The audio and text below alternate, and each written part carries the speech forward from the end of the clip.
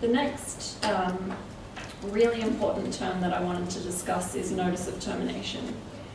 So in a written employment contract, you should always have a termination clause that sets out specifically how much notice the employer and the employee have to give to bring the relationship to an end.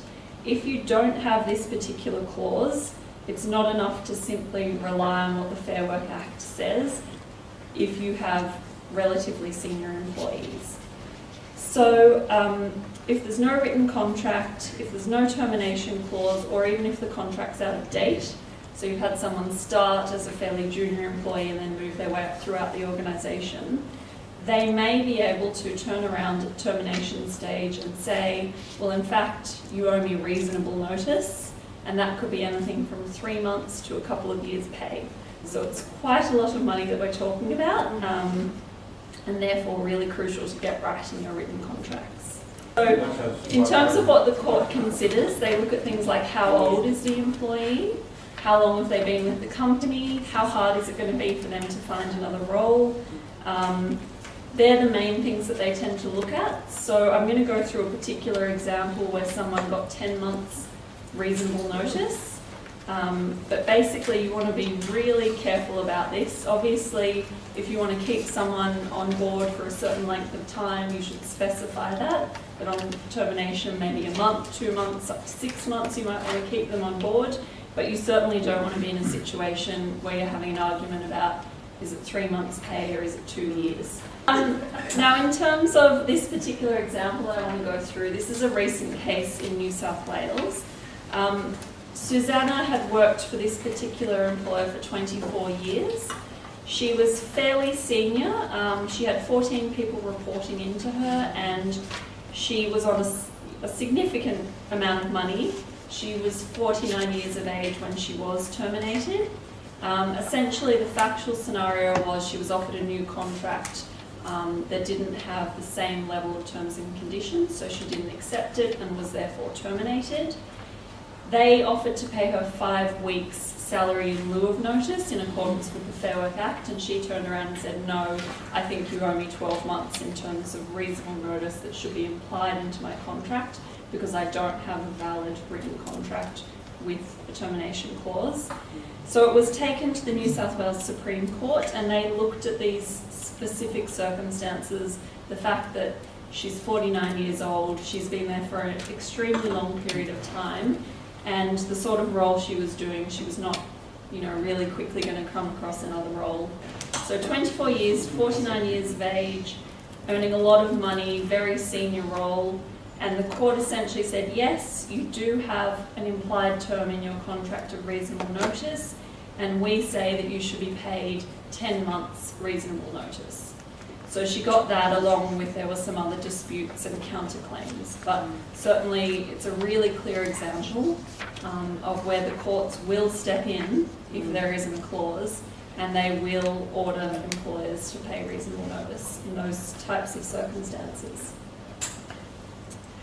Now the next key term is related to the last one, but it's about having in your termination clauses some key crucial things. One is to actually be able to pay employees in lieu of notice, so they don't have to work out the notice period. This is really important, and it's something that I've seen come up a couple of times quite unexpectedly.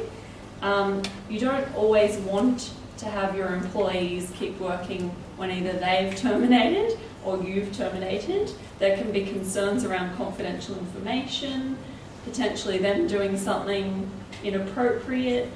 If they're in sales sort of environment, you don't necessarily want them to continue working with clients when they're about to leave.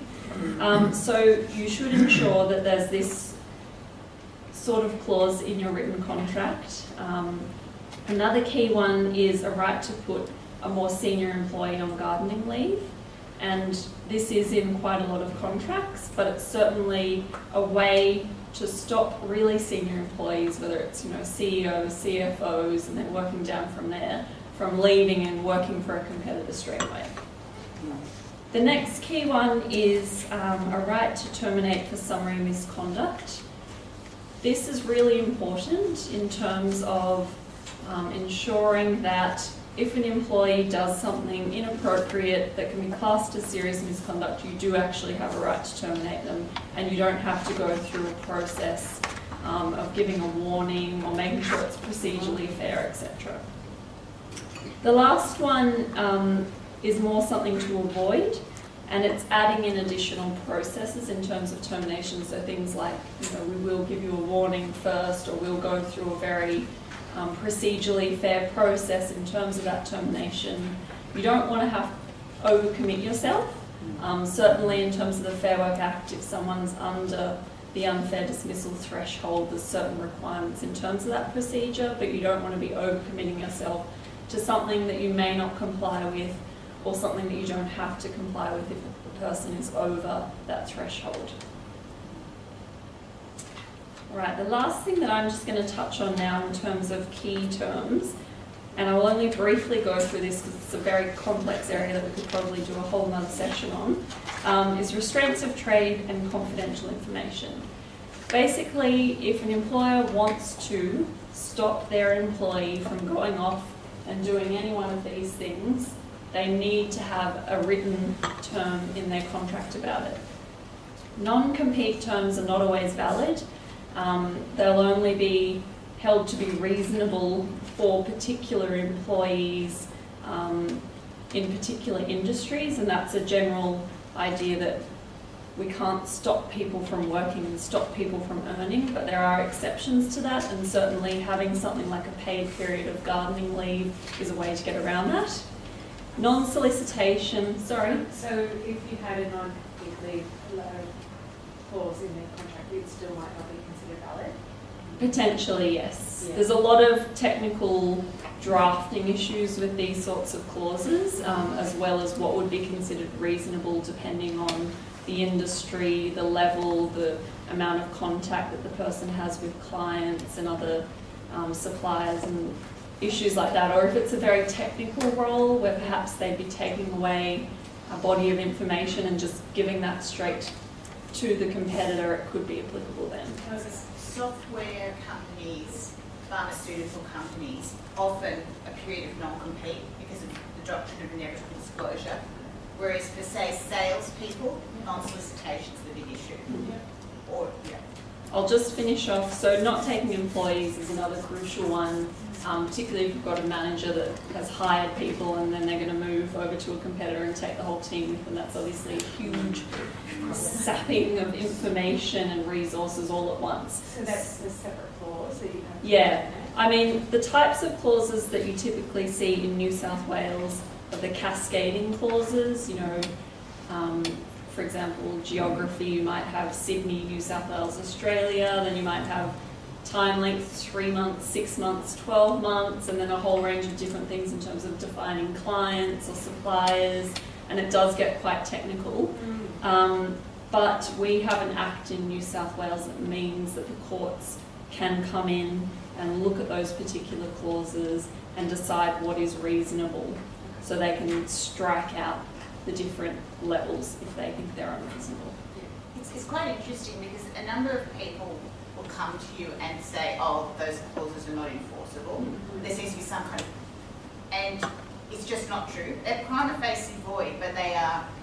if you tried to keep someone out for 3 years, you wouldn't be able to do it. But if you're working in a really highly competitive industry, the 3 to 6 months usually will be enforced. And it's just surprising to us how many people, whether it's employers coming to us or employees who are facing them and say, but these are not enforceable, no one enforces them. It's like, yes, they do, all the time. And there's a lot of case law, people that are the face of the company and, the head of the company, they will be stopped from competing and they will be stopped from soliciting because they need to give the company an amount of time to go about reconnecting with all those people and re-establishing all of the work that they've done. So in terms of confidential information, this is something that is in fact covered outside of written contracts. The Corporations Act requires that people don't take confidential information, both employees and more senior officers, directors, and either misuse it or obviously give it to a new employer, or use it to the detriment of their ex-employer. So that's crucial, but it's better to have something in writing as well, because often employees don't realise that there are obligations under the Corporations Act as well as implied by law. I find that it's really important in an initial written contract to outline what is confidential information, because a lot of people, it's just a term thrown around. What does that actually mean? I don't know.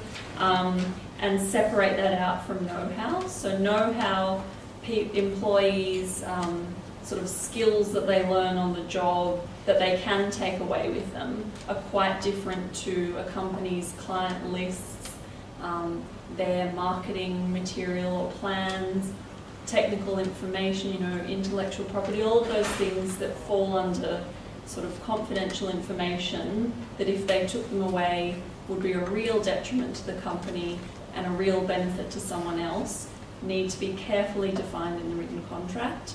And then you need to have something specific about returning and or destroying confidential information in their possession when they are terminated.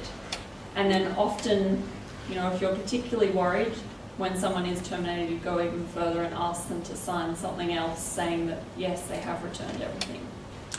How do you enforce that? Well, you initially would write them a nasty letter if you thought that they did have stuff. Oh, you wrote the nasty letters. Yes, and seek undertakings that they've destroyed everything. There are cases about getting information back from people. It's obviously a process that you'd have to go through, but most people, once they've had it explained to them that they're not allowed to have that information, and certainly we've had to do that a lot of times with employees that say, oh, but I put it together. This is my client list, I put it together. And you say, no, it's not yours, you were paid by the company to put it together.